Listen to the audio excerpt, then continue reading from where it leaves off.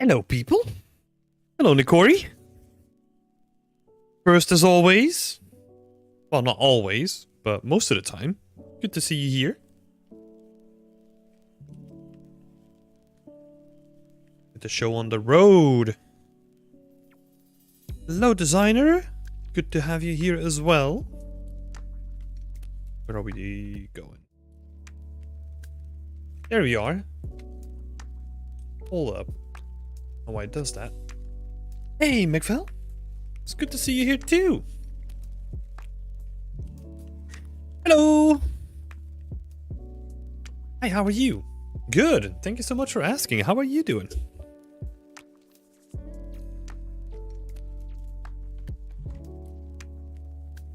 Have a look. We're back here today for our weekly feedback session. We're gonna go through some I think we got 6 pieces today. Yeah. 6 pieces from people from the community that wanted feedback. So just gonna go through a couple of pieces here. Make sure that we're all set up.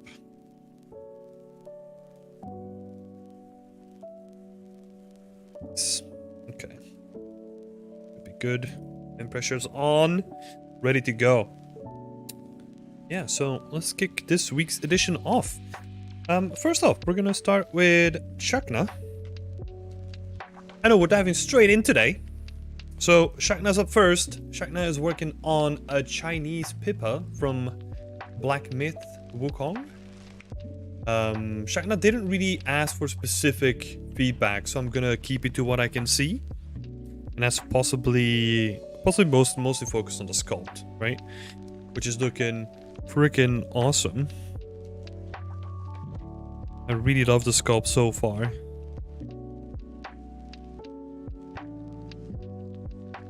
Looking real nice.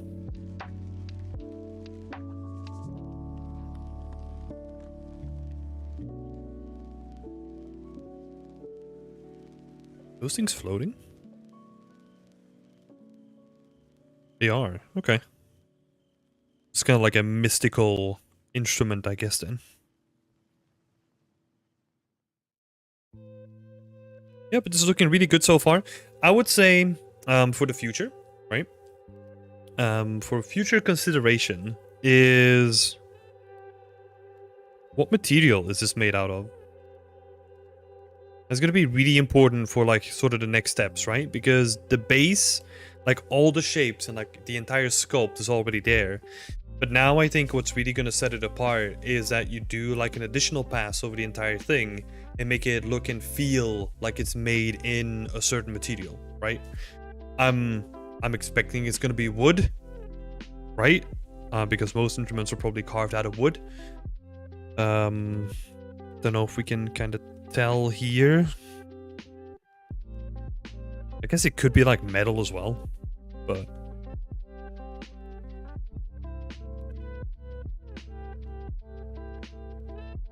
so yeah, that's really gonna make it jump over the top, right? Yeah, and then as you're doing it, like also like a sharpened pass on some things, right? I mean, it's been ages since I sculpted, right? So take that into account as well. I don't really focus on sculpted stuff myself. But I would definitely refine some of like the rougher or like, I don't know, I keep calling them blobby shapes, right? But a soft shape is probably a better way of saying it.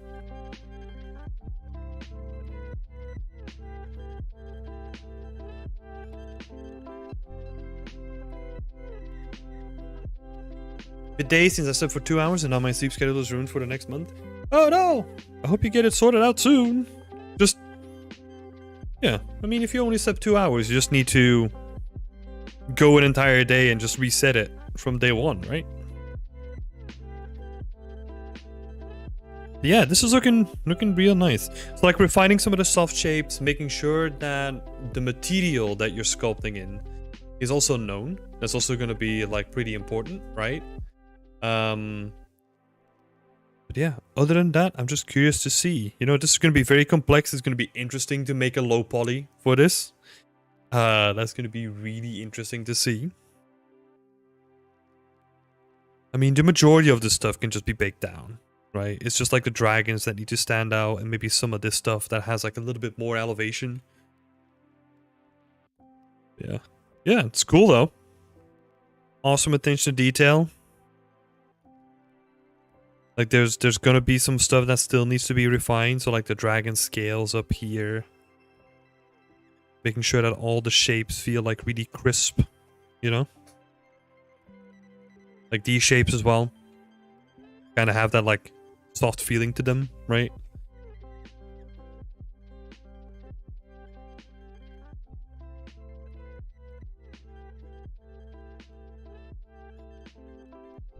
So yeah, I think you can really tighten that up with like a pinch brush, and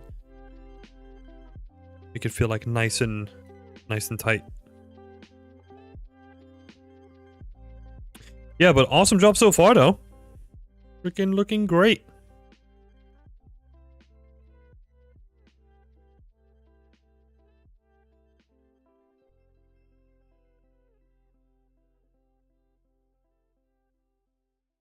Loving the sculpt so far. Nice. Hey ho, Hendrik. How are you doing? We dove straight into the session today, so welcome to the people that are here. Hello, Jay.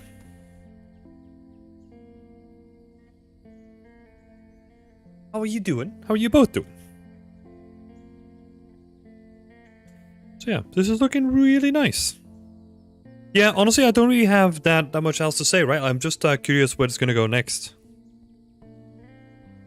Just really curious. I can't see like any glaring issues or stuff that I would bring up immediately, right? I think it's just gonna be interesting to see how you tackle like the optimization, the low poly, and then the baking and the texturing, right? Like the next steps. It's gonna be very interesting. Maybe one last thing that I will say, but I can already tell that you're kind of doing it here. But it's look for opportunities for asymmetry.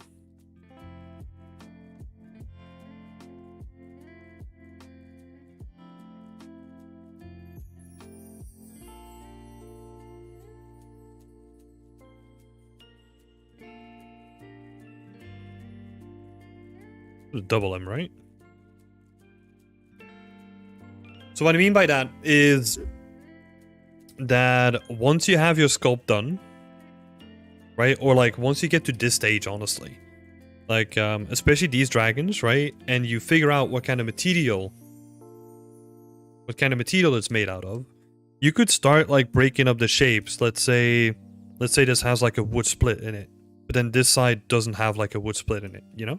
Just to break it up and that it doesn't feel like it's just like a sculpt and then made symmetrical and that's it, right? Like try to make like each side like different from each other. It doesn't have to be with the dragons, right? Because the dragons, they are symmetrical in the sculpt as well. I mean, they have like tiny variations, so there is some of that stuff already happening. But I would definitely say, yeah, make each side different from each other.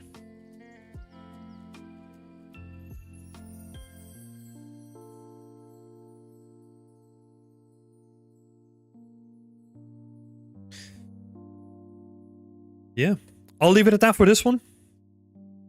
I'm just honestly really excited where this is gonna go. And welcome to the community, Shakna. Forgot to say that. Thank you so much for posting your work as well. Doing fine, just relaxing in the stream now. Oh shit, nice. Happy to have you here, Henrik. Did you have a busy day then? Jay's doing good, very cold today. Just logging back in to finish work for today. Oh shit, yeah, it's been snowing here for like the last 2 to 3 days, I think. It's awesome. I love snow. I love going out and walking.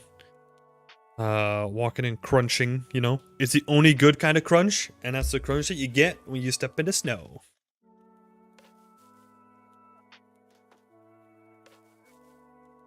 Easy weekend. Oh shit. But it's over. Yes. Time to go back to normal. Ah, cool.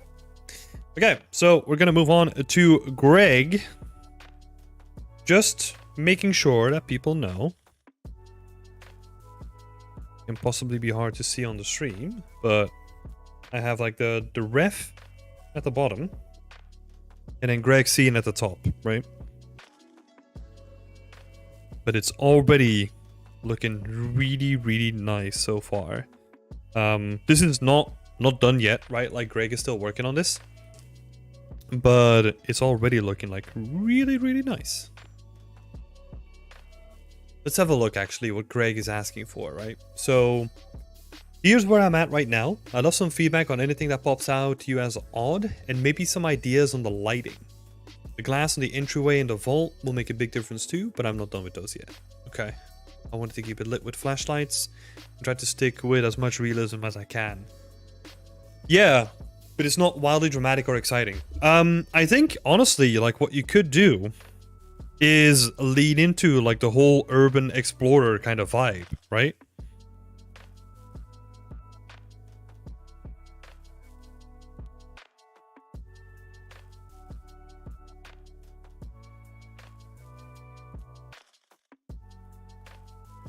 So that's like urban exploration, right? Urbex.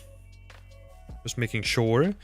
And what that means is that you just, like where your camera is, you kind of imagine that your guy is holding a flashlight or something like that, and that you have like a very straight on perspective of the whole thing, right? I think that could be really interesting, and it's also used in a lot of cases to incite tension and get like this feel of horror. There's there's no way that I'm gonna find it. But there's a person who did like awesome series of like black and white drawings, and he would have like a stereotypical thing where he would have like very head on, like it's almost like you're looking through a flashlight, right?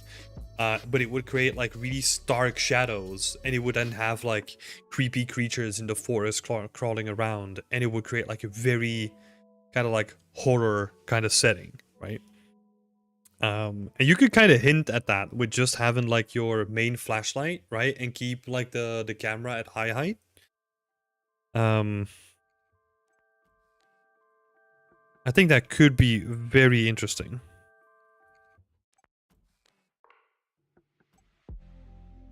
This is a proper sentence. Flashlight holding.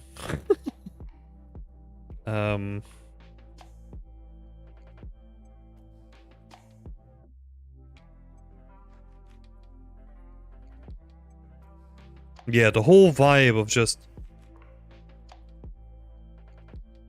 having a flashlight that you're holding while you're exploring the place, right?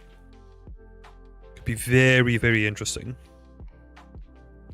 I think leading into that, and kind of, it doesn't have to be spooky, or it doesn't have to lead into horror necessarily, right? But I think with just like that simple, like if you've ever done like an urban exploration, and it's like, especially in a dark location like this, like nothing's gonna happen, right? Realistically, nothing is gonna happen, but our mind plays tricks on us that whenever it gets dark and whenever we hear something, it's like, oh fuck, what is that, you know? Because first of all, you're doing something that you're not supposed to do, really.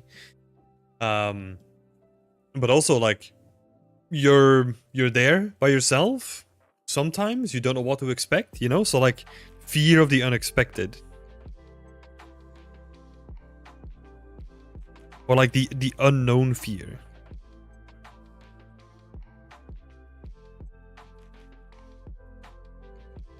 Can be like a powerful part of this picture, right? Because even in this picture here, right, you kind of get the impression that, I mean, it is just like an urban exploration video, right? So I'm kind of used to seeing this because I love this kind of stuff. But there's often times like people that go out for their first time or like their first couple of times, or it's like a spooky location. Like, yeah, you have that real sense of like this unknown fear. Like, what's gonna happen? What's around the corner? Oh, did I hear something? You know, playing with that as well. Yeah, like even if nothing happens, right? Like what you could have in your scene is have like a ripple on the water, like just around the corner or something like that. So let's say that you see like the water rippling here, right? And it's coming towards you, but you don't really see what happened, and you just hear like a little splash or something like that. That would be fucking awesome. I mean, now I'm really leaning into the horror cycle, right? I'm not saying that you have to get into that. It's just an idea.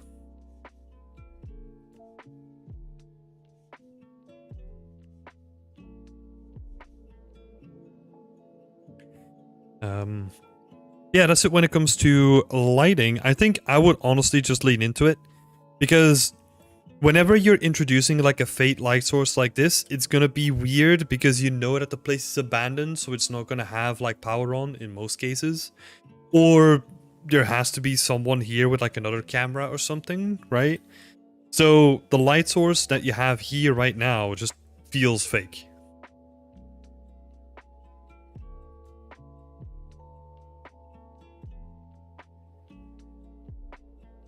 And that's not something that you want to have, right? You want to have a physical representation of something, of a light like that, wherever possible.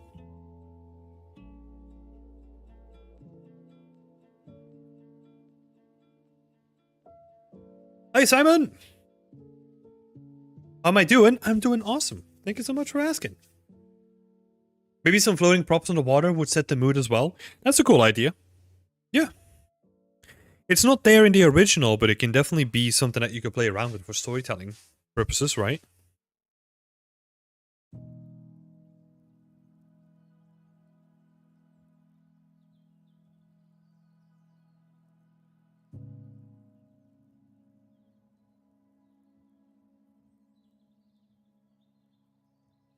So floating stuff in water. Maybe a flickering light, but not in a horror type of sense, just a typical flickering light slightly somewhere. Yeah, I feel like that's up to...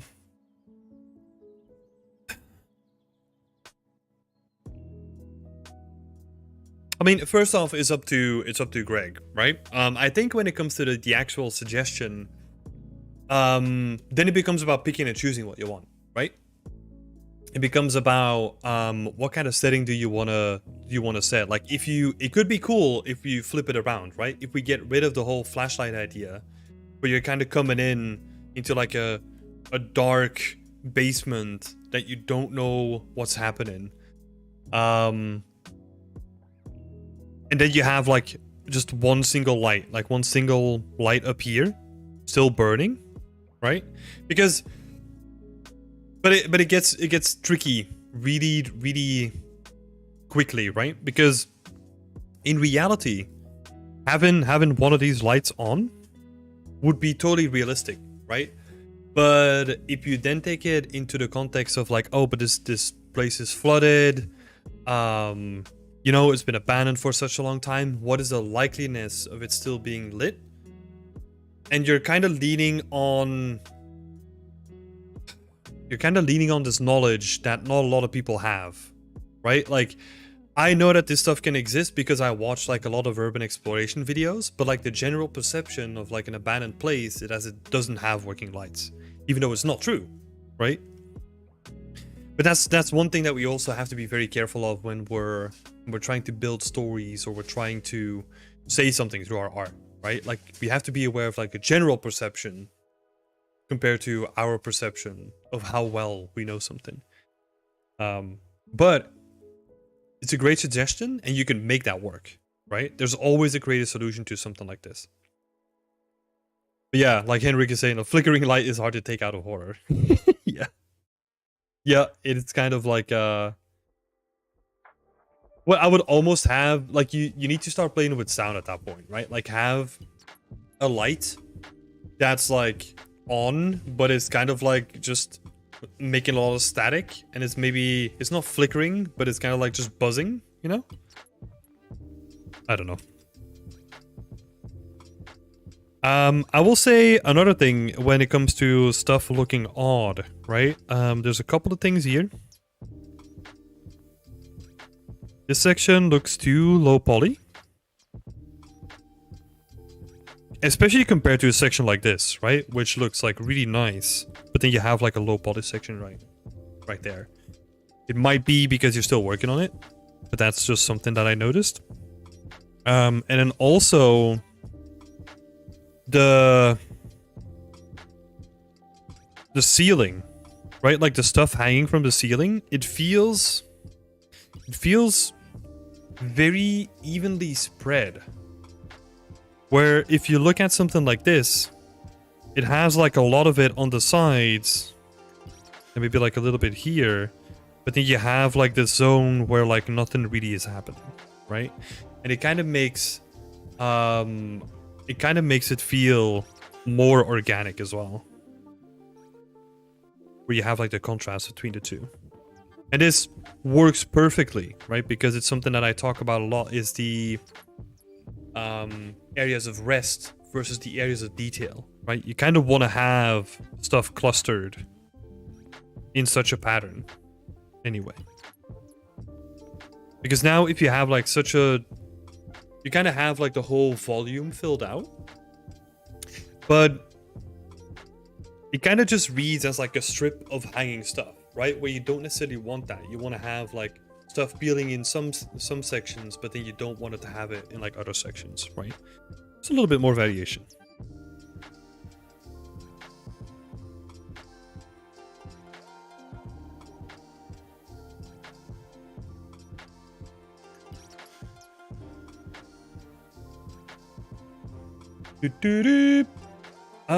Let's have a look. There's some other good suggestions as well. The waterline. Yeah, the waterline is slowly coming in. I think this is something that... Let me have a quick look here. Okay. So, Greg is working on advanced water shaders right now. So, I think it was you that mentioned it, right, Henrik? The dirt in the water. That's probably going to come in next updates. But the waterline... We're getting it here, right? Like this is sort of like the waterline at a certain point. I think what you kind of want is have like that additional layer that you have here. Is that what you're talking about? You kind of have like a lot of saturation in the materials here just because the water is kind of still like seeping into the whole thing.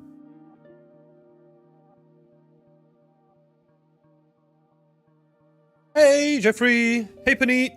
Welcome. Directly above the water or so? Yeah, exactly. So we have like a darker space like right above the water when it comes to the water line, right? Sort of like here, right? I think that area is like kind of really nice already.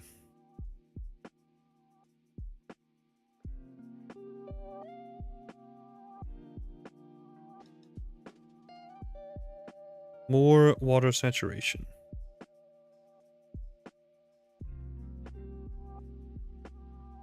Right, so around here.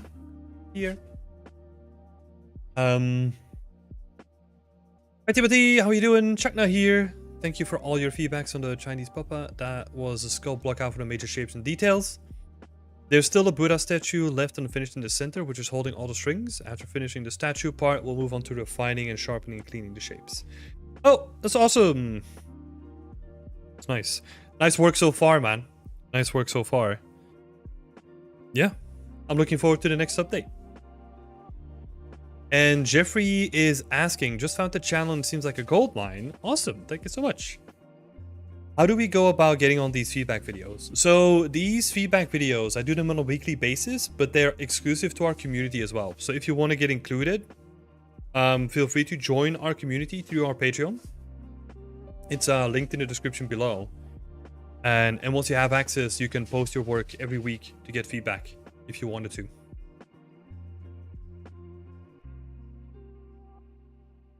Yeah, so yeah, those were the two things that stood out to me, Greg. It's just like areas being like too low poly and like the variation on the roof, right? It seems that you're already implementing like a lot of mold. I think you can definitely like up the moldiness of this place, right? Where you have like this sort of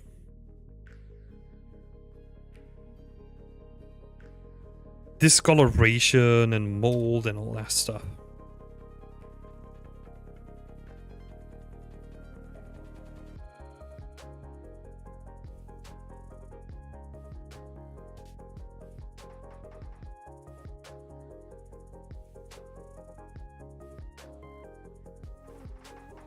Okay, now I know what I need to get for Christmas. Wait, what do you mean?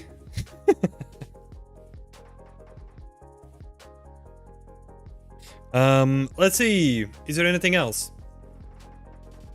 I think that's it, right, Greg? Yeah. Again, this stuff is looking really... Oh, the subscription. Oh, I see. Yeah. Yeah, and then... Oh, this is something that I haven't announced yet, but we're gonna have like our yearly Christmas challenge is coming back as well. So I'm gonna make a post about it in like the upcoming days. And we're gonna continue building on the scene that we had last year. And people can make like little boxes or presents or baubles or whatever. It's gonna be awesome.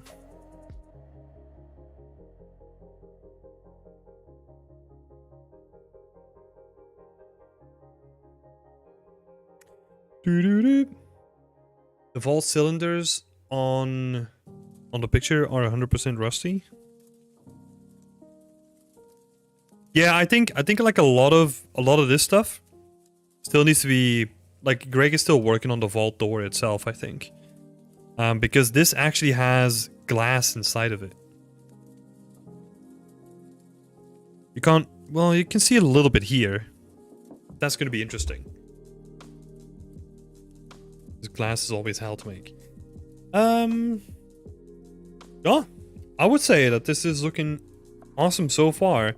I think you kind of nailed the vibes of it, right? I think now it's just about like putting more material layers in there and putting more attention to details and like really making it feel like this has been seeping and soaking in like moisture for like, I don't know how long, like 100 years, let's say. I don't know from when this is, but it's probably been around for a couple of decades at least. Yeah. Keep it up, Greg, and thank you so much for posting your work again. I will be following this one closely.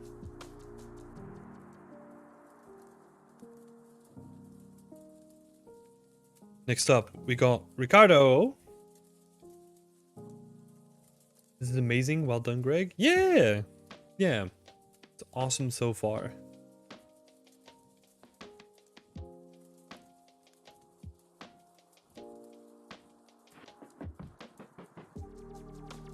Okay. So, update from Ricardo. For the storytelling, Ricardo is going for an American football player who's won a lot of trophies but went missing. Still searching for a good composition. The black papers. Oh, these things on the side are going to be the missing posters. Feedback on the composition would be very welcome. Okay.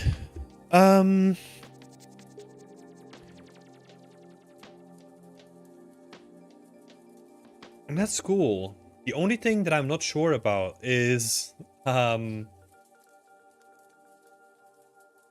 are you gonna convey that he's missing in a world that looks post-apocalyptic?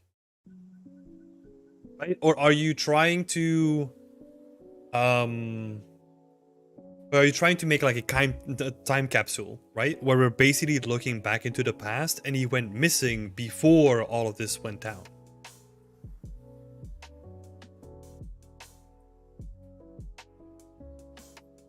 Because that would be very interesting to me, right? Like,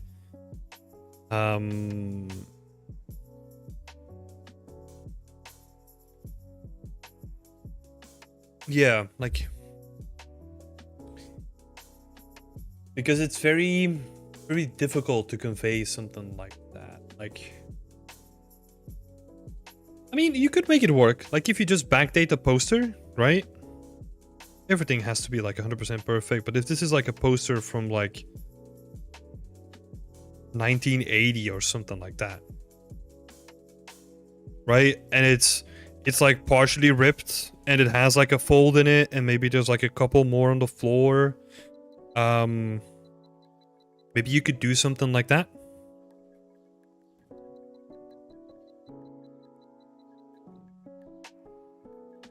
Right?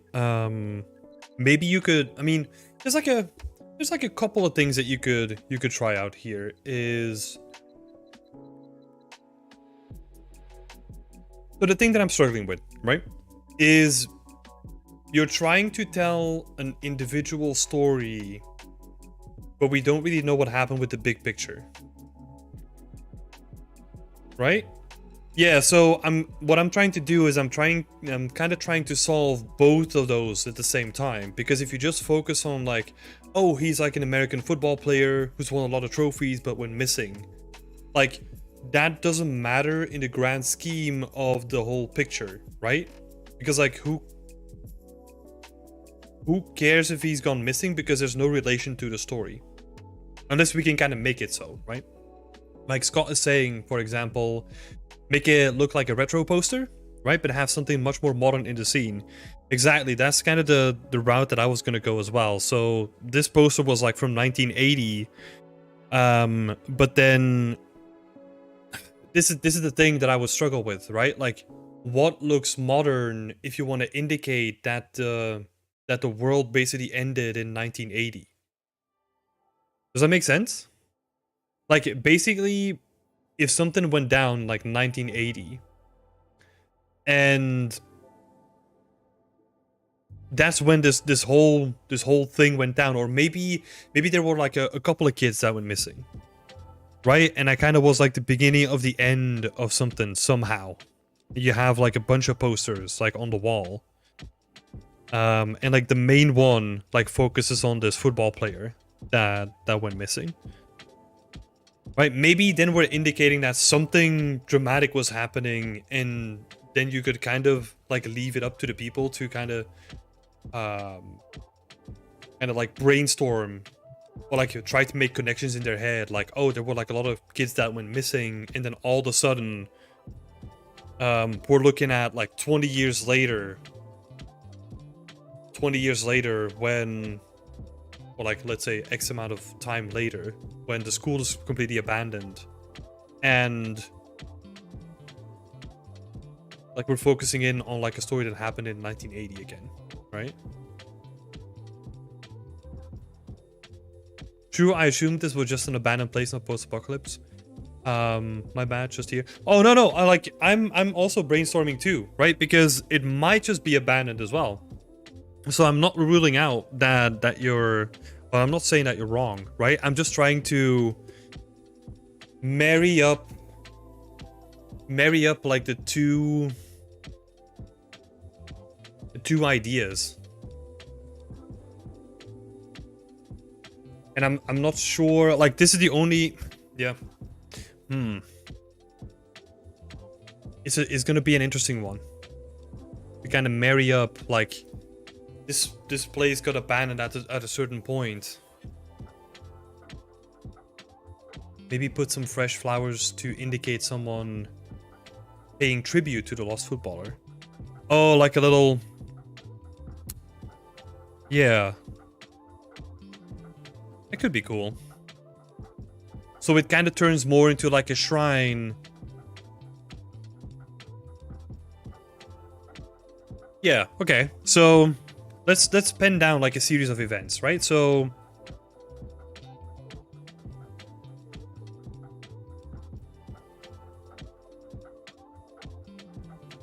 and let's not make it post-apocalyptic, because I think that's gonna add like complexity to it. So like the person goes missing. What is it, like people make a shrine? Or, well, we're kind of doing like presumed dead then, right?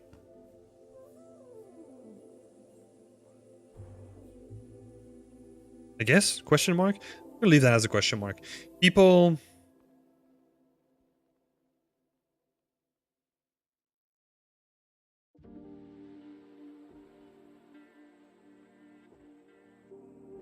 make a shrine out of his locker, and then over time the school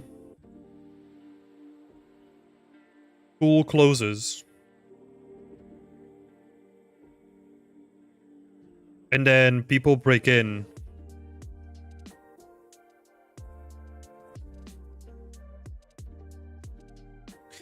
People break in and like forcibly open like his locker.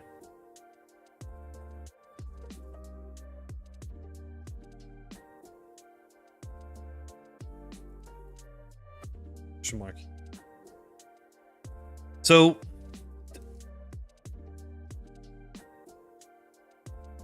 yeah, the elements are pretty conflicting. The abandoned aspect will always take over the priority over the poster. Yeah, I think there's too many layers going on here, right? I mean, the shrine one is something that I just added in there, right? But because it adds meaning to the first one. And I think they're good together. But I think then the abandoned or post-apocalyptic side of things is like a layer that kind of makes the other, well, step 1 and 2, it makes it insignificant. Right?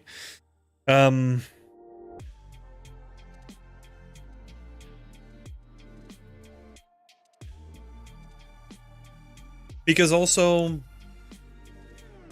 let's think about this like order logically, right? Like if people break open a locker, let's go with the abandoned angle first, right? They're looking for valuables, right? We're talking about people that go into abandoned buildings to scrap them, right? This is something that happens very common because they want to steal like copper and all that kind of stuff. What if they then find like golden trophies, right? The trophies are not going to be there. So that kind of ruins your visuals, like your main visuals that you want to tell, because they're going to steal the trophies, right? And then if we go towards the other side, if it's the apocalypse, then the helmet's going to be gone, because that seems to me like it's like a really good defensive equipment piece, right? To have in the apocalypse. So you see what I'm saying? Like if you run these scenarios through your head and you follow like the sequence of it, it's actually really interesting what happens with like the elements that you're trying to add into your scene. So yeah.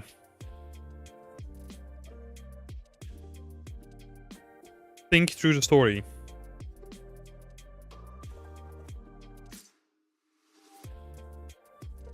That's also something that I do a lot, right? It's like, because it's gonna call the stuff that doesn't make sense, but it's also gonna give you new ideas for what does make sense, right? Yeah, like why is it abandoned and then spin it into something? That's probably what I would do as well.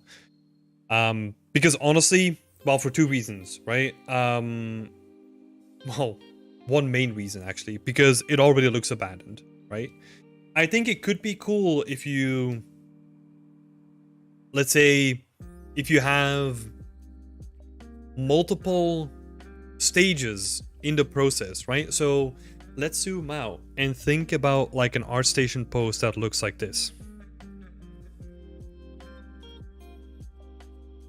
So I'm gonna have like a couple of images, right? Let's say 3 images. First one is locker on a normal school day, right? Then we have, oh no, actually, locker on a normal school day, but we're seeing missing posters, right? But the focus is on the locker. It seems like a normal school day, and maybe there's like 1 poster. Second shot is the locker actually turns into a shrine because people miss like the most popular guy in the school the most, so it's going to be like a kind of like a shrine, and plus more missing posters, right? And then at the final bit, then you can be like, okay, now the school's closed down, the shrine, there's nothing really left of it, there's only like a broken, basically this scene, right? Like a broken open locker that then maybe has like some like dead leaves or like flowers because the shrine like just deteriorated, right?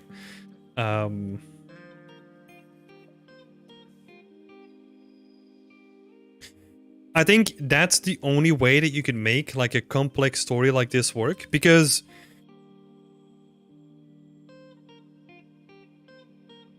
I mean, you could make, this is what we're basically doing right now, right? We're making this shot, but you're kind of assuming that people know the sequences before it, because it's becoming pretty complex. So yeah.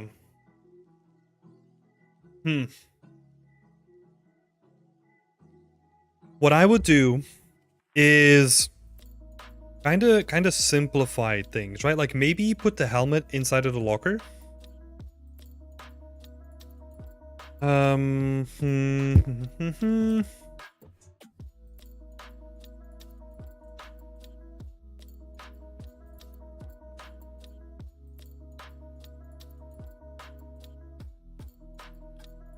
I think honestly, what I'll do here, I don't wanna force the story on your environment, right? I would say think about simplifying the steps, and probably, because it seems to me like the overwhelming factor, or like the overwhelming focus of the scene seems to be more about like the abandonedness or post-apocalypticness than just this little section, right? Oh, and the helmet doesn't fit in the locker anyway? Okay, in that case, I would honestly get rid of the helmet, because if it doesn't fit in here anyway, then it's going to be even harder to sell the fact that someone just randomly left like their football helmet there, right? I think you gotta sell the idea that he was like a well-known football player with different things. So let's say you have like medals hanging inside of the cabinet. Maybe there's like, you know, like football magazine cutouts or something like that. And like, I don't know.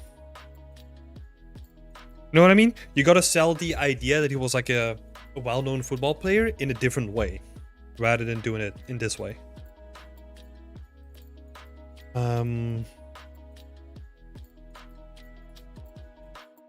Yeah.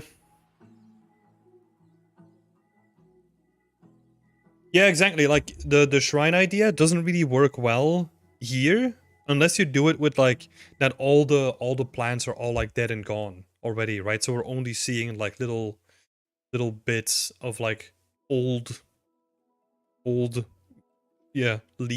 and all that stuff on the floor. But then people are gonna have issues with like relating it to what it was before, right? So yeah.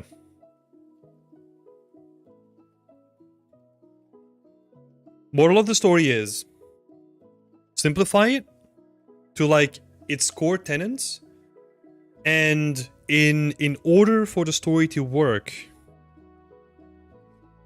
I think this is the way that you need to focus.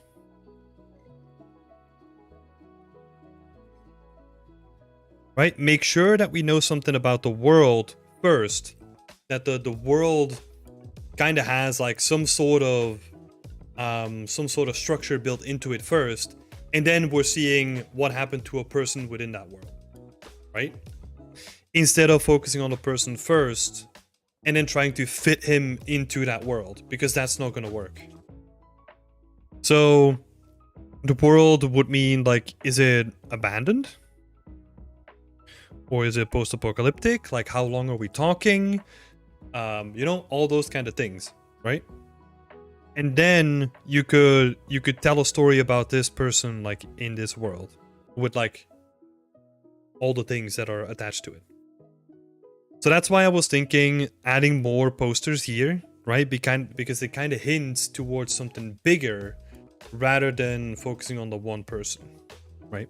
And it's kind of also like a good it's kind of like a hacky way, because you have a poster and you can slap like a date on it, you know? Like it's like a nice way to like time your scene. Yeah. I hope that makes sense. Let me go through the chat as well, because some people were coming in with some really good stuff in here.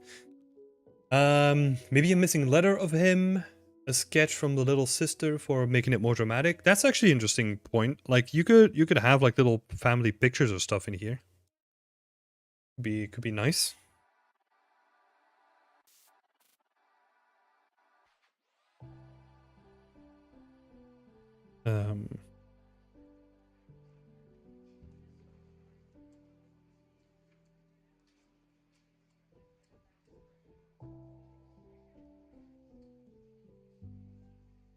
Because yeah, like the reason why I want to focus on the world as well is the world is basically the rule set that the people live within, right? So it's kind of again what I was saying before, where if we're living in a world where everything is abandoned and people are kind of fighting over scrap, right? They're gonna look for valuable items, like maybe metal or like the helmet or whatever, right? So it's like the rule set of the world dictates what's gonna happen to the stuff that you want to put into your scene.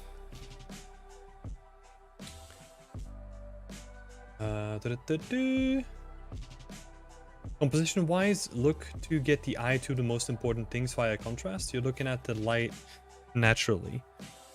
Yeah, I think honestly, in terms of light, I think we're in a good position, right? I think it's more just the camera angle of it, where you could have it like, I mean, it's like such a generic rule at this point, right?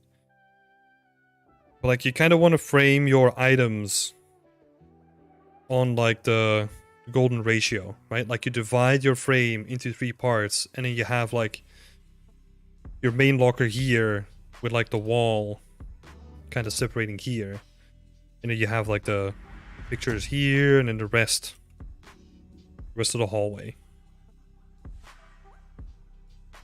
right? So, and then what we're getting is like a lot of darkness, and then we're gonna be pushed towards this side, because again, like Henrik mentioned, like the contrast, right?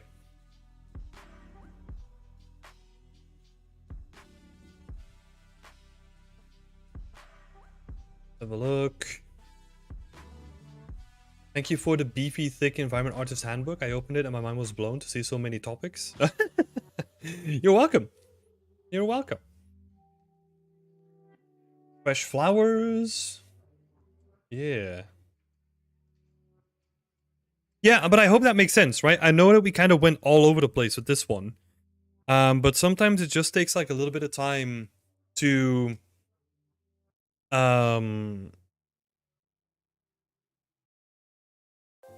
go through the story, right? And like think about like all the paces in that story, and then kind of breaking it down into like, okay, does this make sense in the world that we're living, right? And obviously, like, you're the one that comes up with the rule set of that world, so yeah, and that's going to be like the main important factor here.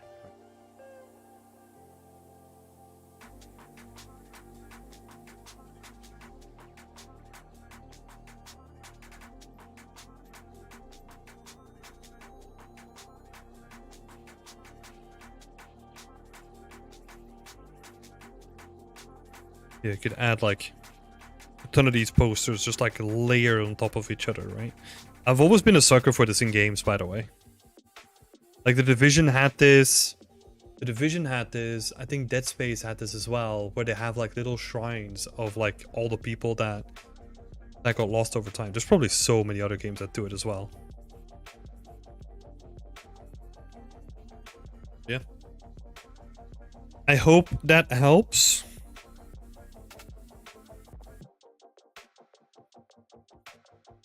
Brandoom is saying you could have photos of the guy literally playing football that was taken by his girlfriend.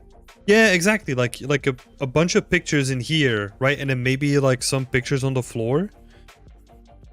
And then you're kind of piecing together the story just by like the random scraps that are like on the floor, right? Because whatever scenario, whether it's like post-apocalyptic or abandoned, like people don't give a fuck about like someone's personal pictures. Like they just don't. So they will just like probably throw like everything on the floor that's irrelevant to them, and then just look for like a couple of important items like trophies or or the helmet, right? And then run off with those. I'm in a bit late, so watch it back later. Thanks a lot, everyone. Yeah, it's awesome to have so many people pitching in, so thank you so much. Yeah, it was a lot. So take your time, and then if you have any questions, just let me know. Okay. Next up, we got Ethernet. Ethernet has been having a lovely conversation with Ioana from our server, and she's been doing a lovely job helping out. Let me quickly catch up here. Don't be afraid of not showing the inside. You can handle the poly count. Reveal more wood. Yeah.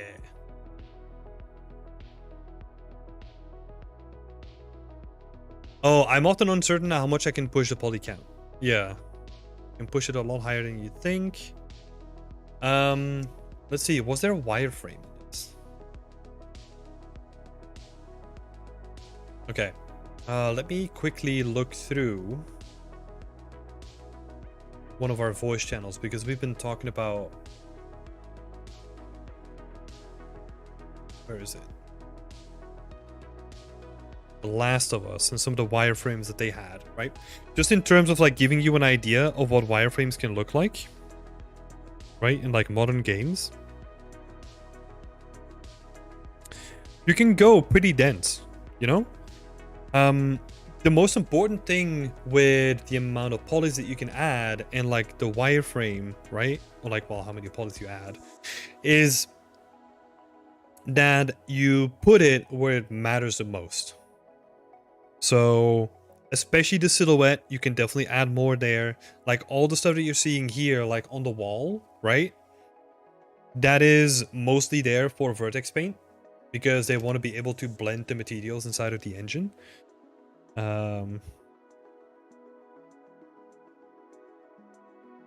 Yeah, you can see that some stuff requires like more polys, right? Like these get quite intense.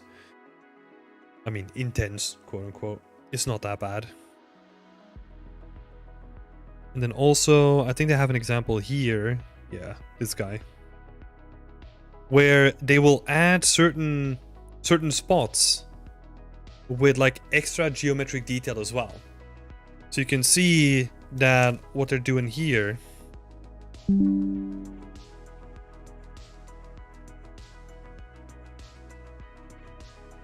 just put this in here.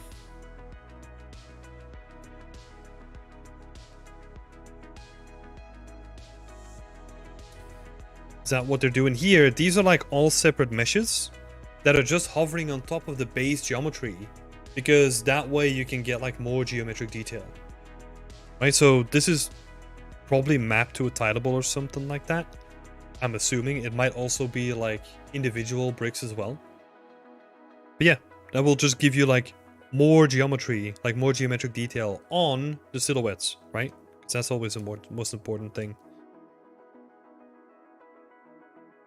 So yeah, I just wanted to give that example as well in terms of like how far you can push your wireframe. And then I added like a couple more images here, which we'll discuss in a little bit. I think this was the latest one, right?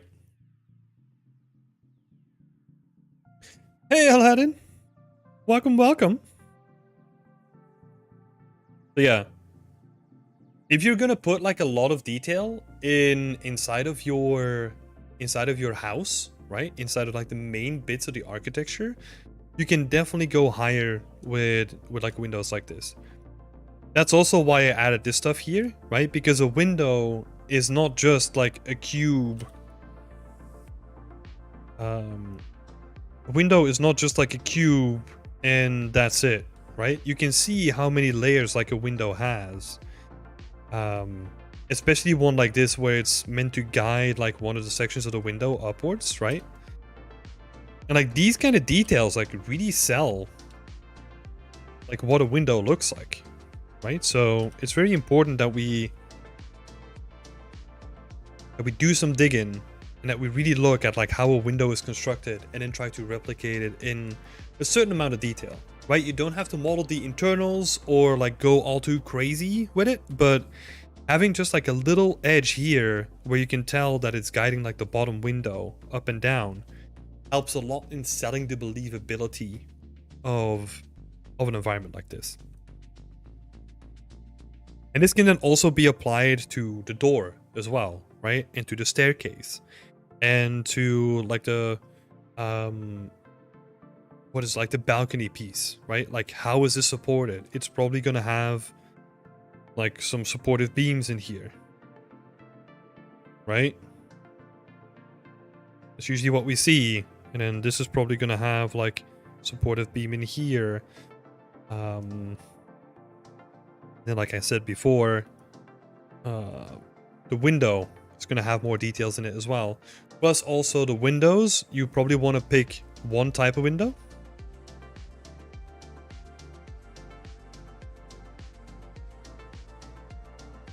I just noticed that now, like we're dealing with like 3 different kinds of windows. I think 2 would be okay. I think 3 gets to the point where it's like, okay, like,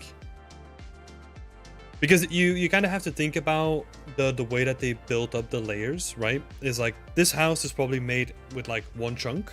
So that means that the windows have been placed in together with the building as well, right? So that's why we're saying like 1 type of window. If you have an attachment to the building, then maybe you could add like a second type of window to the thing, right? Yeah. Yeah, just breaking it up like that. That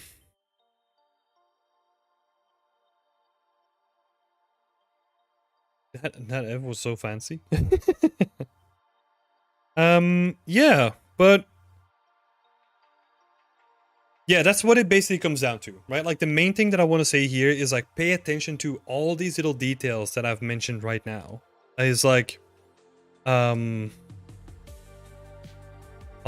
say it like this, right?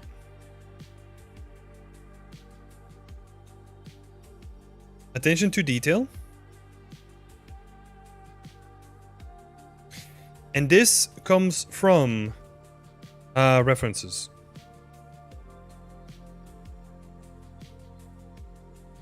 Right? So this is like I did like a 5-minute Google search, right? For some of the things here. And like the stuff that I found that was going to be really helpful was just like, okay, how does a window work?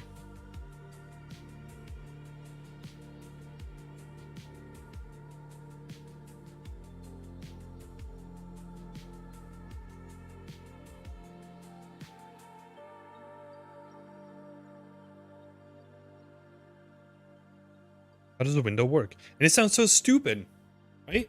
But like now I know that like, oh, if we're gonna build these types of windows, like, I mean, it's not the exact same window, like as an example, like I know that I need like guiding sections for like this window to go up and down. Cool. Okay. And then you can build that in, right? Same with the door. Like a door is probably also gonna have like an outer frame and then like an inner frame as well. And then this type of door kind of feels like it almost feels like barn-like, right? It doesn't feel like a proper door almost. It feels more something that you put on a shed or something like that, not on your actual house.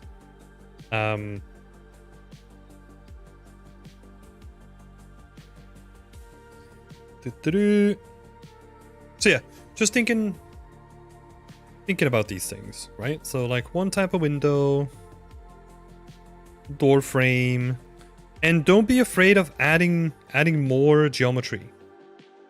Right? Add geometry wherever you need it to really sell the effect of it. Now, once we get to this part, right? This is the part that that you just done, right? So this is very work in progress, but you're gonna really have to sell it, right? Like Iowana shared like a great picture that honestly you can literally just take like one for one. Let me bring it up for you guys as well. Oh, it's actually two pictures. Okay. Yeah. Have a look at this guy. Something like this, right? It doesn't have to be as destroyed, obviously, but yeah, just having like the little cutouts,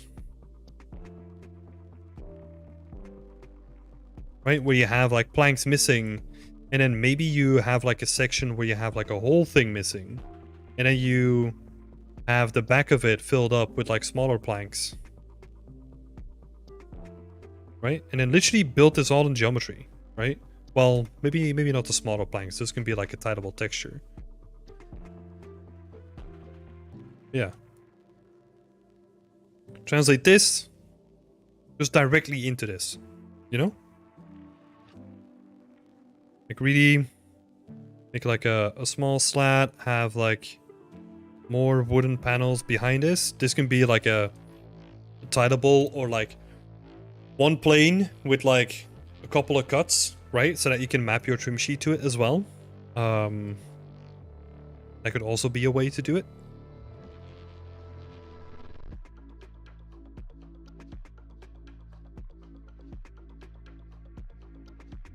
Right, and then for these guys, you're probably gonna have to make like broken sections as well. Broken sections are tough. What I would do for these guys is I would have like sections of geometry that just have like an opacity map on it.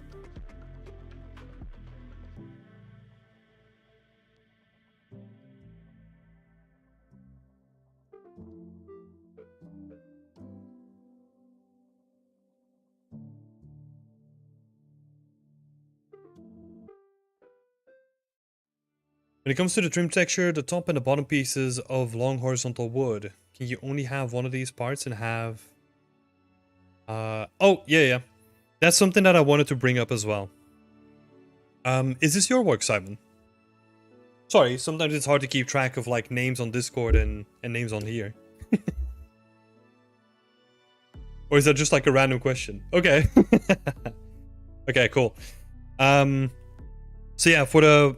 We're gonna dive into that in just a little bit. But yeah, what I was saying here is that you want to build this with like opacity mask, right?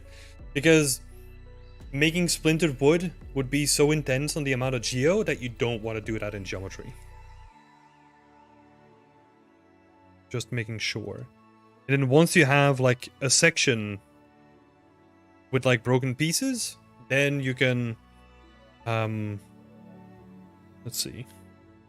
Let's say you have a section on your trim sheet. I'll do it over here. Let's say you have a section, this is the way that I do it, right? I have like a section over here that has like little sections with just little bits of like splintered wood. So it goes from like normal wood to like splintered wood. But then I have both ends kind of painted out, and they kind of follow the wood grain so that it doesn't have like let me zoom in a little bit here. The one top piece has like all the splinters, right? But then obviously if you're not going to do anything here, it's going to look like a straight seam. So what I did is I also painted this side so that this blends in with the normal wood as well.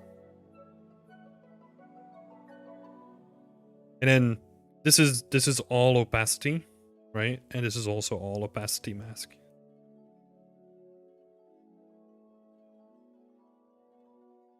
That's the way that I do my splintered ends and like broken edges as well.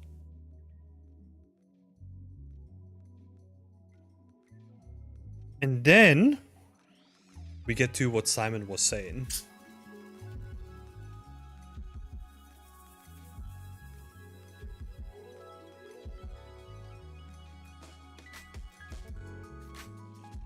We're gonna optimize the trim sheet, but first I wanna talk about what Simon was saying as well.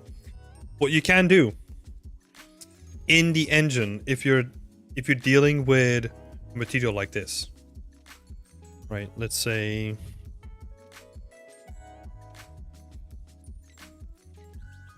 yes, that's the blue color, so that's all this stuff, right?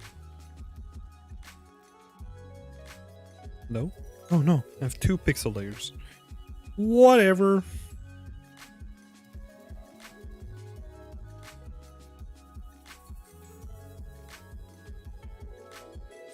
Oh, there we go. So, what you can do is you could have one of these sections, right? Because they're basically just the same, right? Like this one over here and this one over here. They're basically the same. The only thing that's different is the color. What you can do inside of Unreal Engine and other engines as well is you can kind of make this section like a neutral color, like a mid-gray, something like that, like Simon is saying. And then color it in the engine.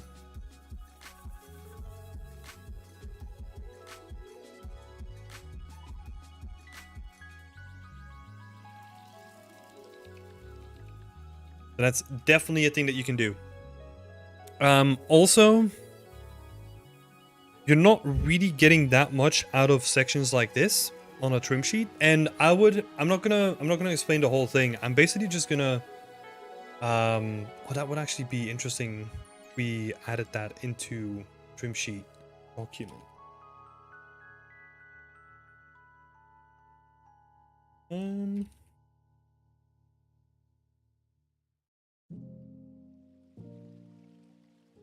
So we have like a whole section on our website that talks about trim sheets, how to set them up, how to build them up as well. And yeah, it goes over like how to get the most out of your trim sheet, right? Because what's happening here is that you have strips that are all the same size, so that means that you kind of can only use them for like one sort of dimension, right? But what you kind of want to do with this sort of stuff is that you want to build it to where you can map the smaller things, but also the bigger things as well, depending on the material. But I'll share the link to our documentation here. You can read that on your own time.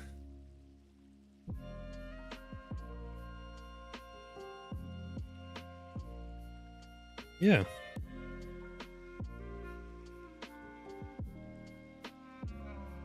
You're gonna see that with multiple examples as well, right? Like if we go back to Last of Us, maybe he has some of it here.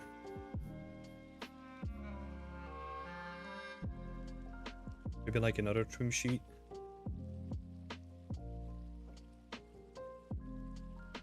Like a really quick one. What am I doing? I can show my own trim sheet.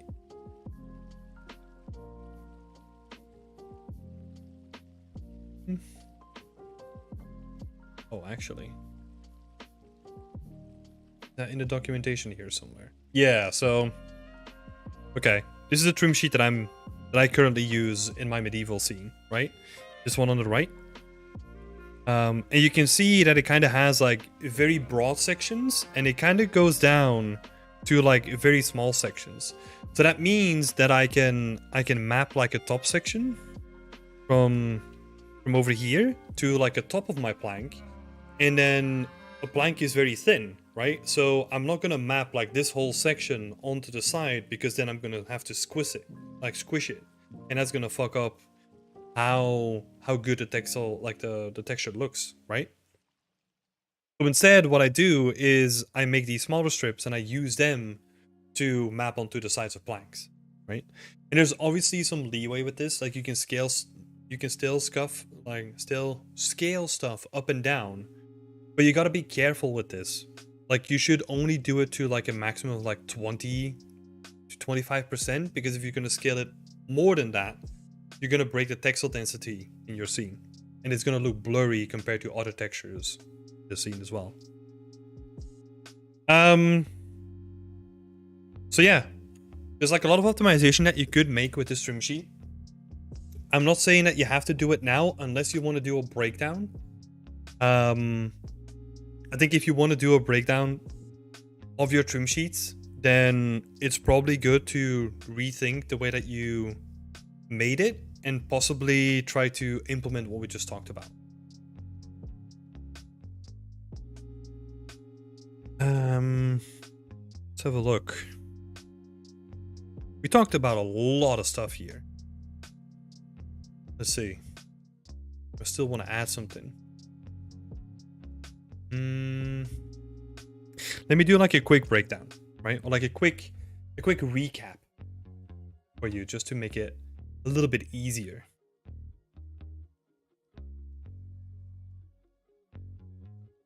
So recap.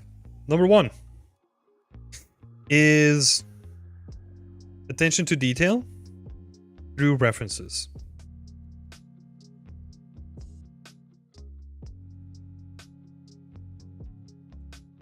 Right? They're going to be really, really useful.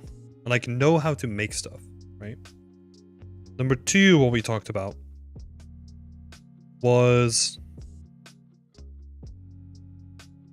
more geometry. You can definitely add more. And then number 3 was trim sheet optimization, right? The way that you can kind of build everything inside of your trim sheet.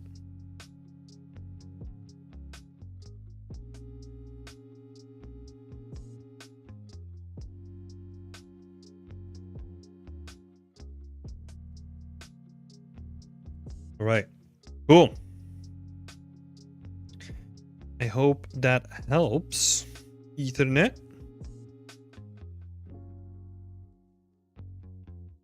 And yeah.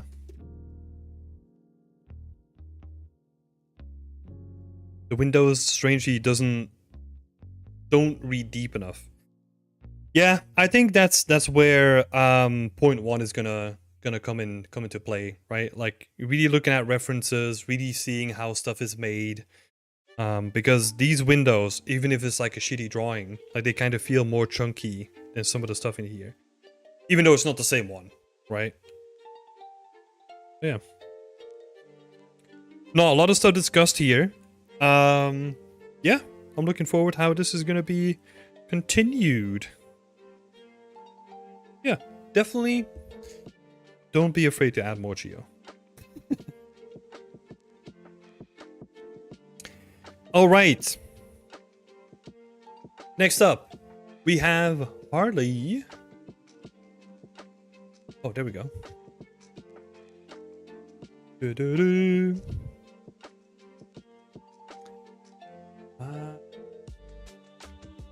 Harley is saying, once again, I'm picking up old projects. This time I'm revisiting my stylized diorama that I worked on during the end of the summer.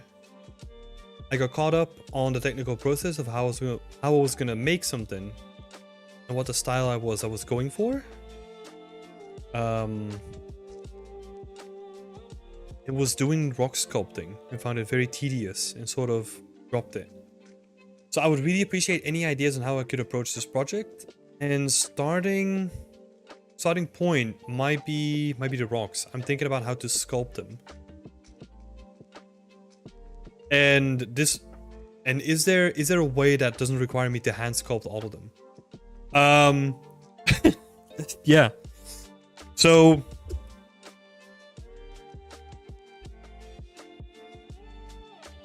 I think if if you don't want to hand sculpt like a lot of your rocks, I think what you need to do is pick a concept that doesn't have like a lot of unique rocks in it. I think that's the truth of it, you know? Like because like what you're seeing here, like you can definitely, like what you could do, for example, is you could sculpt one rock and then like cut it up, and then you only have to like sculpt like the sides that you cut up or something like that, right? Or like stretch it and move it and only like sculpt the areas that you've like moved around. You could do stuff like that. Or even if you have like maybe a couple of sculpts, you could like merge them, and then also you only have to like sculpt the areas that you've like merged them in. So there's like a whole bunch of things that you can do in terms of like modularity as you're working on it, right? But I think it's going to be very tricky. Well, I'm not going to say it's like a definite, right? But what might be tricky is to get the shapes that you want doing this approach. I'm not sure. I think you can make it work.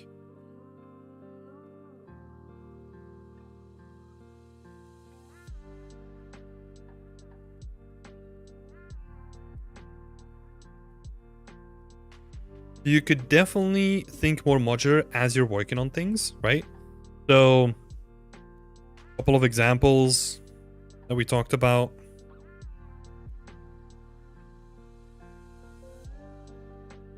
Sculpt the rock.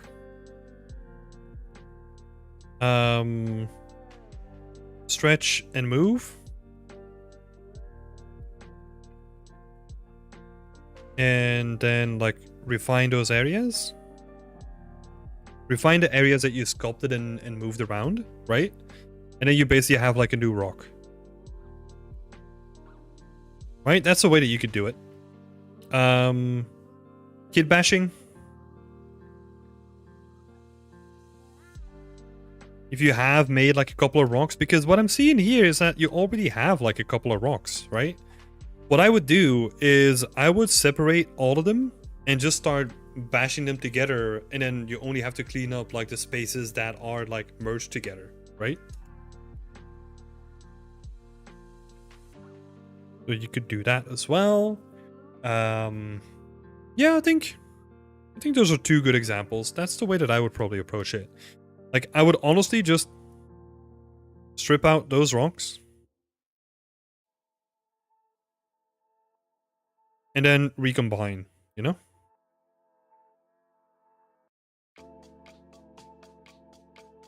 That's the way that I would do it. And Scott is also saying you could finish this one and deal with it and never do rocks again. I mean, you could definitely do that too. Yeah. Just say, fuck it. Like, this is my last time ever that I'm doing rocks, and this is it.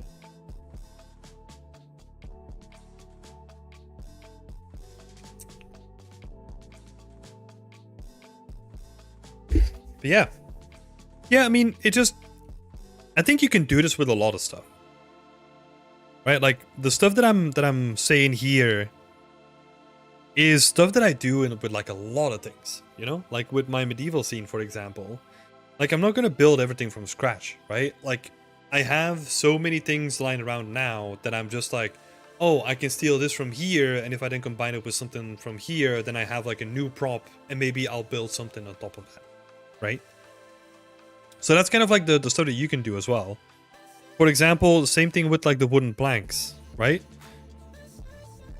Like, I would sculpt one of these planks, and then the rest of them are just going to be duplicates from that one plank, where I just like change the silhouette, right? Because that's the main thing that people are going to be looking at, is the silhouette. So that's the only thing that I would change. And then maybe the sculpt on top of the plank I would slightly alter, but you can also just rotate it, right? Like, rotate it 180 degrees, and then you're good. Yeah, and the same with the rocks. Yeah, I think you can apply like a bunch of stuff here. Yeah. Yeah, that's a very good question. I honestly think that that is like the main thing that I wanted to say. Apart from it looking really nice already. Right? There's something about like just the composition of like Anya's work. Like it's very simple, very to the point, but it's very, very well composed, right? Like this stuff, for example. Right? Like this is so beautiful. Like where there's a space between the trees and the roof, right? And it just highlights the silhouette of the central piece even more, right?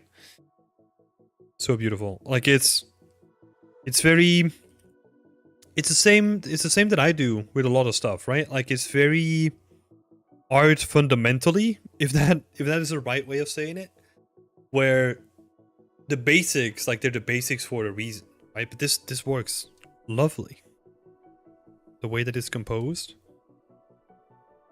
So nice. Yeah. Okay, but this was a quick one. Yeah. Thank you so much, Harvey, for asking the question. And thanks for being super specific too. That helps a lot. And then last one for today is we have the AC from Chill Bill. And he's asking, it would be nice to have some feedback on the quality and to see what you guys think of the design. I've added the final bake shots in the low poly from Maya. Much appreciated. Oh, I didn't even grab like the low poly or like the wireframe shots.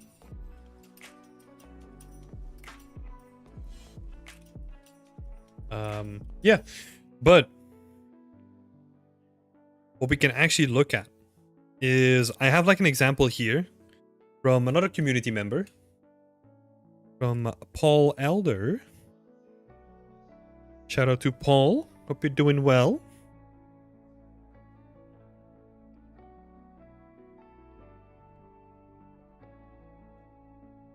And I think this kind of showcases like a lot of the layers, especially when it comes to the texturing, right? Like a lot of the layers that I'm kind of missing when it comes to the work that I'm seeing right here, right?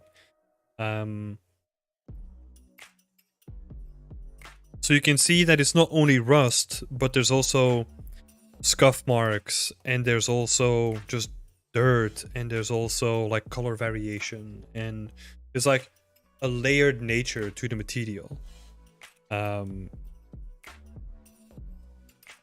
Instead of having, you also have layering, right? But it's not subtle enough to be convincing. Where a lot of it is very like brute force layering, if that makes sense. But if you then actually look at some of the references here, like there's a lot of stuff going on, right?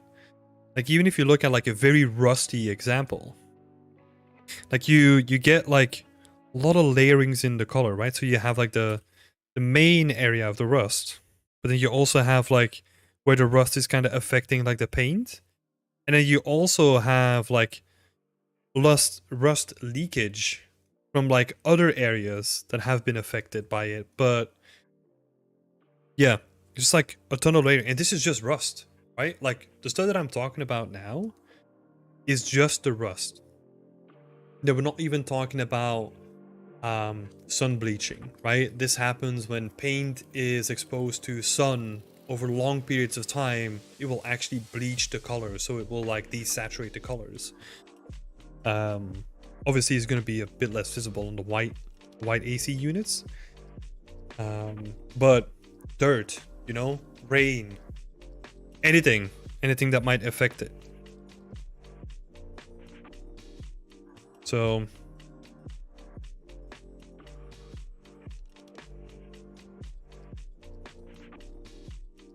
first topic that I wanted to discuss was the texture layering.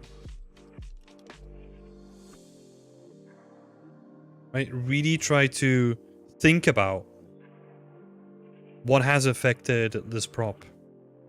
and how it affects something, right? And that's where, again, references are going to be super important.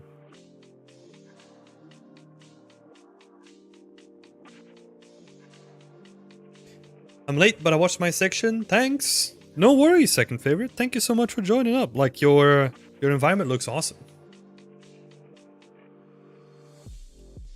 Yeah, and you can apply this to like a lot of the areas, right? We talked about like the rust, but you can also apply this to discoloration and all the other stuff too. Second thing that I wanted to bring up is the interior.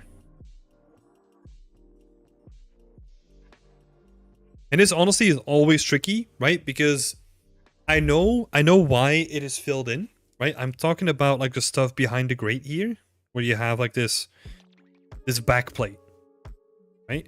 Because you don't want people to be able to look inside of like the whole thing, right? Oh, Paul, now you show up when we're talking about like ACs. Hi, Paul. But yeah, this backplate, right?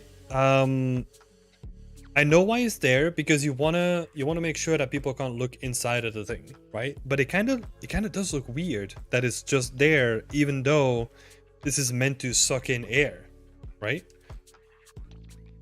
So you can see that it has like a lip, and then it kind of goes inwards, and there's nothing behind it, or it seems like there's nothing behind it, right? Kind of like Paul's one as well, right? It probably goes deep enough that you can't tell that there's actually nothing behind it, right? But again, we're trying to convince people that the stuff that we're making is realistic, right?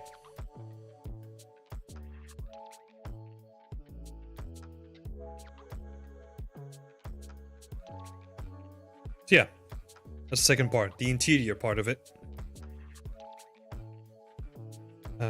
So yeah, look at this picture over here. I think this picture is very convincing, right? Where you just have a lip that kind of just opens up, and then what you could do is you can build like a fake cylinder or something like that goes like inside of it, but it's actually bigger.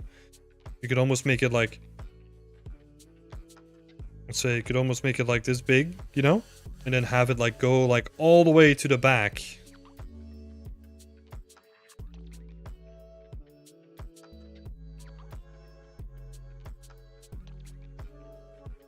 My drawing skills, oh my god. You could have it like go all the way to the back, right, to the back of the machine,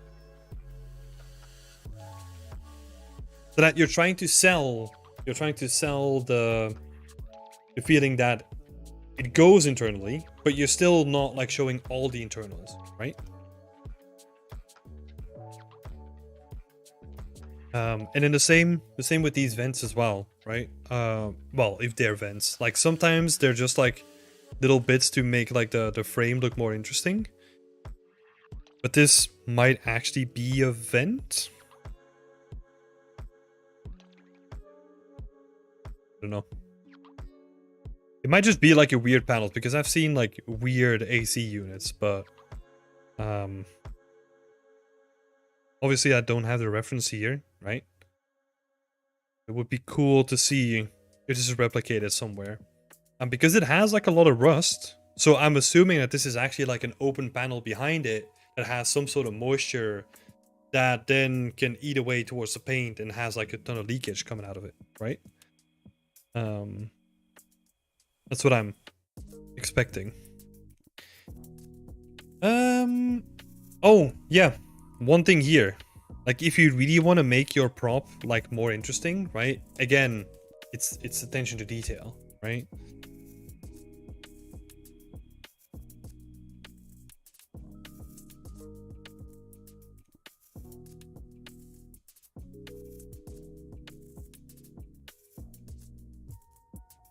Follow the will of the fans. Oh my god. How are you doing, Paul? It's been a while. But yeah, so attention to detail. What I mean by that in this case is that you can kind of see it here on this asset as well, right? The lip slightly comes out, and like honestly, like something like this makes such a huge difference. Like this stuff looks awesome. If you can then incorporate that into your AC as well, where let's say like this lip kind of comes outwards and it's kind of bent, you know, that is a detail that looks so good. And have stuff come out a little bit. Again, maybe it has to do with like the hesitancy around like adding more geometry to it, right? Which I totally get. I mean, I've struggled with this for like a long time myself as well. You can definitely add like more geo to it.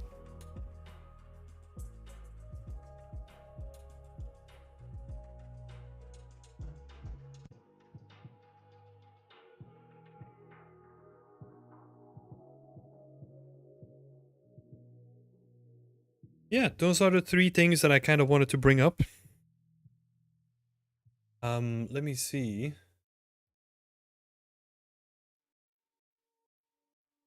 Yeah, I mean, the rest of it honestly looks pretty good, right? I think here the texturing can be improved a little bit, but these details just by themselves, you know, like these cables coming out of it and being attached to somewhere, like the thought and like the acid quality and like it really makes it feel like more unique, more alive, right? So like this kind of stuff is looking awesome. I think honestly, like that's the thing here, right? It's not necessarily about the model quality, right? Even though the interior is probably the biggest thing that I can point to there, it's more about like the texture quality, right? And like pushing that to like the next level and like paying attention to like the details.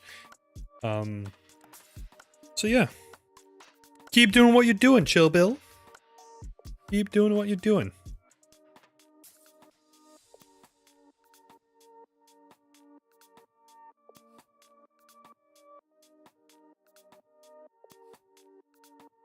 Awesome. Okay, so attention to detail, that was number 3 over here. Then number 3. Number 1, texture layering. Yes! Okay. Awesome. Thank you so much for posting your work, Chill Bill. I will, for everyone that participated this time around, I will post the images right after the session because last time it kind of took me like a little bit, right? I'm gonna do that right after the session. Thank you so much all for participating. If you want to participate yourself, someone asked it before in the channel as well, or like in the chat. If you want to participate in getting feedback yourself, the easy way to do it, or like the only way to do it, is to become a part of our community. And then whenever you want feedback, every Wednesday I will be here. And if you put yourself up for like work in progress, like I'll show it actually.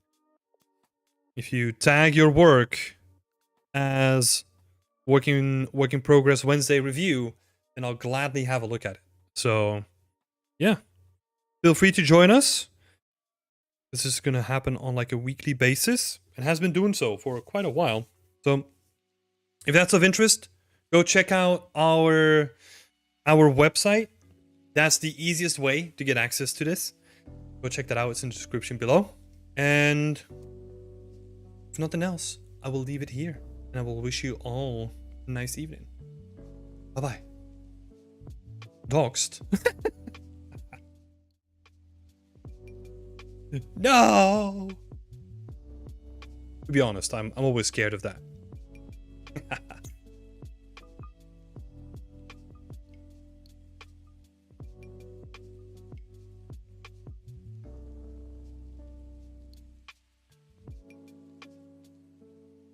Alright. Leaking all the projects. Nah, I don't have to be worried about that anymore, you know? Alright, people. I'll see you later. Have a nice evening.